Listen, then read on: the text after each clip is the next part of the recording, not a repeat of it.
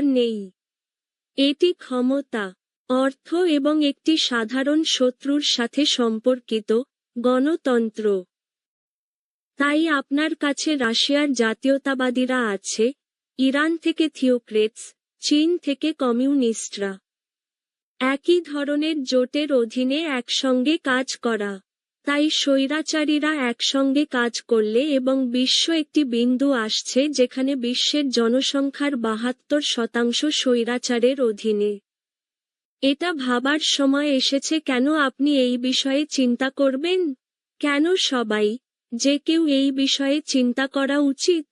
কেন মার্কিন যুক্তরাষ্ট্র বা ইউরোপে বসবাসকারী কেউ উচিত অথবা একটি কার্যকরী গণতন্ত্রে এই বিষয়ে যত্নশীল?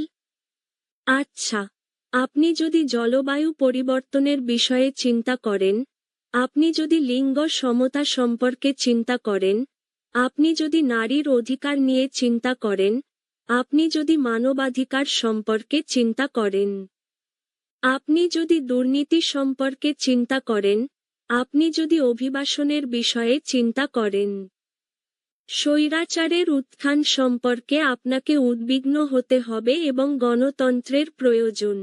CO2 নির্গমনের 30% আসে শুধুমাত্র চীন এবং রাশিয়া থেকে।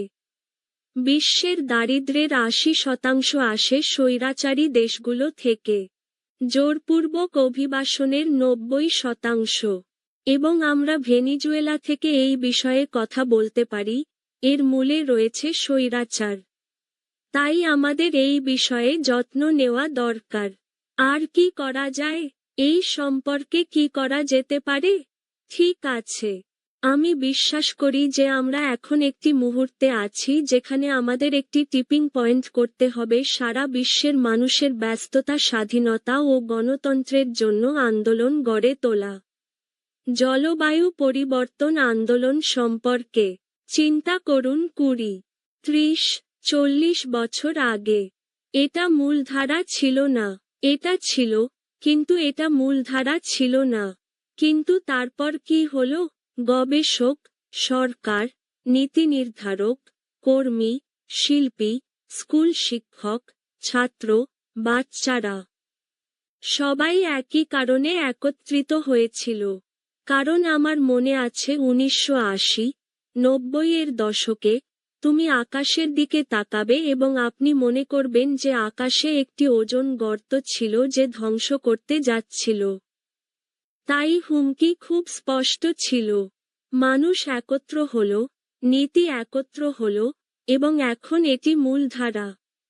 কাজগুলো করা হচ্ছে। আমি বিশ্বাস করি যে আমরা গণতন্ত্র এবং স্বাধীনতার প্রতি শ্রদ্ধাশীল অবস্থায় আছি। সেই ধারা অব্যাহত থাকলে, আজ 72%, যদি সেই ধারা অব্যাহত থাকে, হয়তো আগামী 25 বছরে, 2050 সালে, সমগ্র বিশ্ব স্বৈরাচারী হবে। আর সেটা এক প্রজন্ম আগের কথা। তাই আমাদের অবশ্যই ব্যবস্থা নিতে হবে। আমরা কি করতে পারি? প্রথম জিনিস আমি বিশ্বাস করি অনুমান করার জন্য যে আমাদের আক্রমণাত্মক পদক্ষেপ নিতে হবে। স্বৈরাচারীদের বৈধতা দেওয়া বন্ধ করুন। স্বৈরাচারীরা আজ আরামদায়ক। তারা সরকারের সাথে ব্যবসা করে। ব্যবসার সাথে আমাদের স্মার্ট নিষেধাজ্ঞার কথা ভাবতে হবে, মানবাধিকার লঙ্ঘনের জন্য তাদের জবাবদিহি করার উপায়। দ্বিতীয়ত, গণতন্ত্রের পক্ষে সমর্থন থাকা দরকার এবং স্বাধীনতা আন্দোলন। মার্কিন যুক্তরাষ্ট্রে, এটি বিশ্বের সবচেয়ে সক্রিয়ভাবে জনহিতকর সমাজ। পরোপকারের মাত্র 2% গণতন্ত্র সম্পর্কিত ইস্যুতে যায়। মাত্র 2%, এবং সেই 2%-এর একটি ভগ্নাংশের ভগ্নাংশ মার্কিন যুক্তরাষ্ট্রের বাইরে গণতন্ত্র প্রচার করতে যায়। এটি একটি অগ্রাধিকার নয়। তাই গণতন্ত্রপন্থী আন্দোলনকে সমর্থন করা, যারা মুক্ত হতে চায় তাদের সমর্থন করা, সবার জন্য অগ্রাধিকার হওয়া উচিত। এবং আমি বলতে চাচ্ছি, আমাকে কিছু উদাহরণ দিতে দিন। প্রযুক্তি, ইন্টারনেটে অ্যাক্সেস, বিনামূল্যে এবং সেন্সরবিহীন ইন্টারনেটে সম্ভাব্য রূপান্তর ক্ষমতার কথা চিন্তা করুন সারা বিশ্বের মানুষকে ইন্টারনেট অ্যাক্সেস দেওয়ার জন্য। আরেকটা উদাহরণ দেই, বিটকয়েনের মতো নতুন প্রযুক্তি ব্যবহার করা এই আন্দোলনগুলির সম্ভাব্যতা প্রচার এবং সমর্থন করার জন্য। আমরা ইতিমধ্যে এটি করছি। ভেনিজুয়েলার ক্ষেত্রে আমরা ৮০,০০০-টিরও বেশি মেডিকেল ডাক্তার এবং নার্সদের সমর্থন করেছি স্টেবল কয়েন্স এবং বিটকয়েন্স ব্যবহার করে, কারণ স্বৈরাচারের অধীনে আপনি একটি আর্থিক বর্ণবাদের অধীনে রয়েছেন। প্রশিক্ষণের সুযোগ দিন। এই আন্দোলনগুলিকে একটি বিশ্বব্যাপী কথোপকথনের অংশ হওয়ার সুযোগ দিন।